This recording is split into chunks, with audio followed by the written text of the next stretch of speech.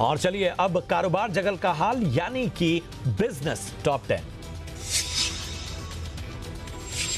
बाजार में आज लगातार दूसरे दिन दबाव नजर आया, लेकिन अंतिम घंटे में आई रिकवरी ने बाजार को संभाल लिया। अंत में सेंसेक्स और निफ्टी मामूली गिरावट के साथ बंद हुए। निचले स्तरों से निफ्टी करीब 125 पॉइंट रिकवर हुआ। सेंसेक्स में भी 450 अंकों से ज्यादा का सुधार हुआ।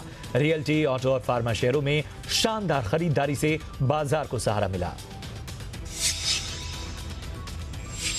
सरकार गोल्ड मोनेटाइजेशन स्कीम में बड़े बदलाव की तैयारी कर रही है। सूत्रों के मुताबिक इस बदलाव के बाद सरकार बैंकों के हर दूसरे ब्रांच में स्कीम की सुविधा उपलब्ध होगी। साथ ही अब ज्वेलर्स को भी गोल्ड डिपॉजिट लेने का अधिकार मिल सकता है।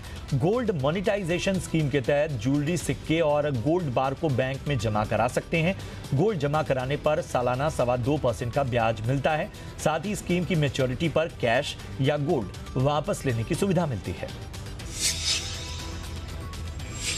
गोल्ड ईटीएफ की चमक तेजी से बढ़ी है। जनवरी में गोल्ड ईटीएफ में करीब 625 करोड़ रुपए का निवेश हुआ है। वहीं दिसंबर और जनवरी 2 महीनों में इसमें करीब 1055 करोड़ रुपए का निवेश आया है। गोल्ड ईटीएफ पिछले कुछ महीनों में सुरक्षित निवेश के रूप में निवेशकों की पसंद बना है। कोरोना महामारी के दौर में निवेशकों ने गोल्ड ईटीएफ को ज्यादा तरजीह दी। एक्सपर्ट का कहना है कि अगर गोल्ड में निवेश करना प्राथमिकता है तो ये एक अच्छा विकल्प है। मार्केट रेगुलेटर सेबी ने को लोकेशन के मामले में नेशनल स्टॉक एक्सचेंज, उसके पूर्व एमडी और पूर्व सीईओ पर 1.5 करोड़ रुपए की पेनल्टी लगाई है। यह पेनल्टी 45 दिनों के अंदर जमा करनी होगी।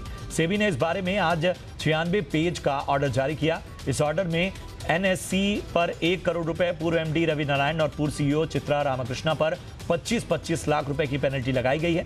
सेबी ने कहा कि मामला गंभीर है और इसे नजरअंदाज नहीं किया जाना सकता। एनएससी की आईपीओ की राह में इस मुद्दे को बड़ा रोड़ा माना जा रहा है। देश के सबसे बड़े बैंक एसबीआई से होम लोन लेना और आसान होने जा रहा है। इसके लिए बैंक नया retail loan management system launch करने जा रहा है। नए सिस्टम के बाद ग्राहकों को होम लोन समेत बाकी लोन काफी कम वक्त में मिलेगा। बैंक के चेयरमैन दिनेश खारा के मुताबिक नए सिस्टम के बाद होम लोन 12 दिन से घटकर 55 दिन में सैंक्शन हो जाएगा। Retail loan management system is being put in place, which will certainly reduce the time taken. And also, apart from that, we will try and see that we are in a position to approve more and more builders, so that we are in a position to bring them as compared to 12 days to the 5 days bracket. And I think hopefully with the RLMS put in place, I'm sure it will even lead to some compression of time there also.